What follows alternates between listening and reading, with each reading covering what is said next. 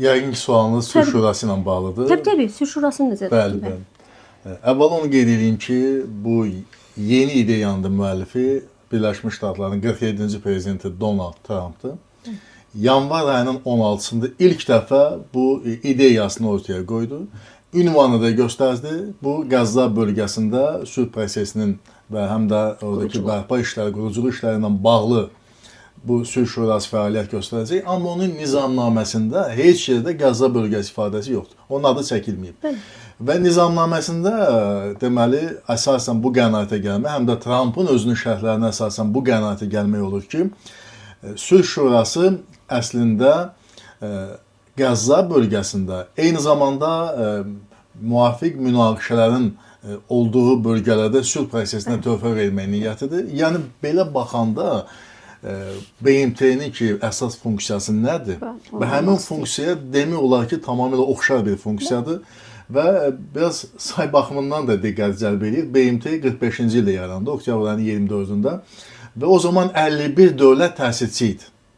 İndi məlum olur ki, Donald Trump 58 dövlətə bu deməli müraciət göndərib ki, üzv olmaqla bağlı və 22 yanvarda Davosda 20 dövlət təsisçi statusunda imzasını atdı nizamnaməsinə və həmin dövlətlərdən biri də Azərbaycan Respublikası idi. Və nəzərə alsaq ki, bu günləri dünyanın fövqəladə dövləti ilə Azərbaycanın münasibətləri heç zaman olmadığı ən yüksək səviyyədədir.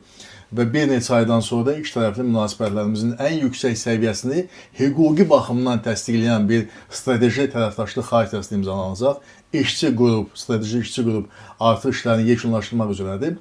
Yəni, prezidentlər səviyyəsində dünyanın fövqəladə dövlətinin prezidenti Donald Trump'ın Azərbaycan prezidenti Cənab İlham Əliyevə çox böyük etimadı var. Hətta onu dünya səviyyəli lider kimi, çox ağıllı bir dövlət başçısı, strateji düşüncəli bir lider kimi tanıyır və bunu təkcə özü demir, həm də böyük auditoriyalarda bunu səsləndirir ki, dünya da bilsin ki, məhz Azərbaycan prezidenti böyük deməli idarəçilik məharətinə malik bir liderdir.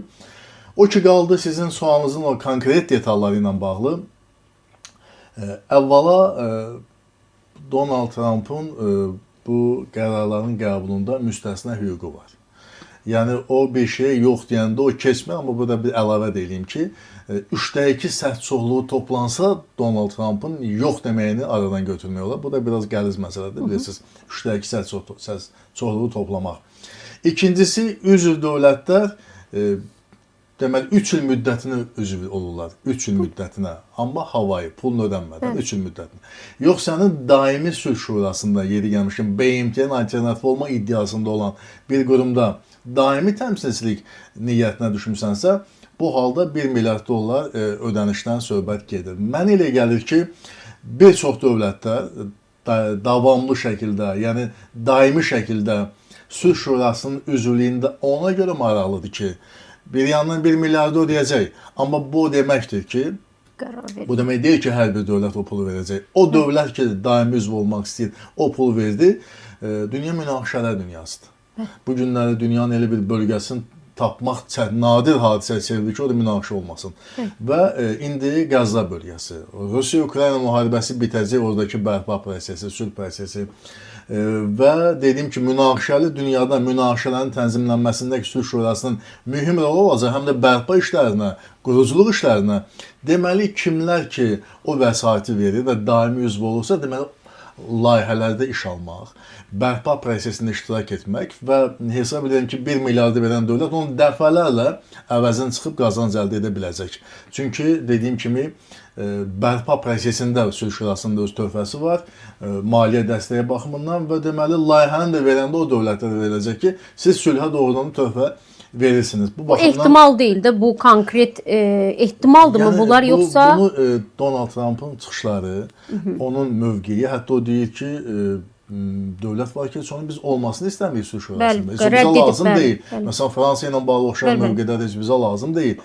Və deyir ki, Donald Trump'ın xarakterini bilənlər isə söyləyirlər, onun siyasi xarakterlə bağlı. Yəni, Donald Trump ideyalarını dəstəkləyən, onun mega layihələrini dəstəkləyən dövlətlər xüsusi münasibət olur. Xüsusi münasibət Amerika Birləşmiş Ştatları Sülh Şurasının əsas təsisçi dövlət kimi gəlib həmin o bütün vəsaitdə iştirak, bütün layihələri uğursun, o bütün layihələrdə iştirakçı olsun, qazansın, elə ola bilmir. O ən yaxın müttəfiqlərini də bu prosesə cəlb edir. Cəlb edir və bu nöqteyi nəzərdən hesab edirəm ki, daimi üzvlük ilk baxışdan 1 milyard dolların gedir, amma bunun qarşılığında isə gələcəkdə daha böyük vəsait əldə etmək perspektivində yaddan çıxarmayaq.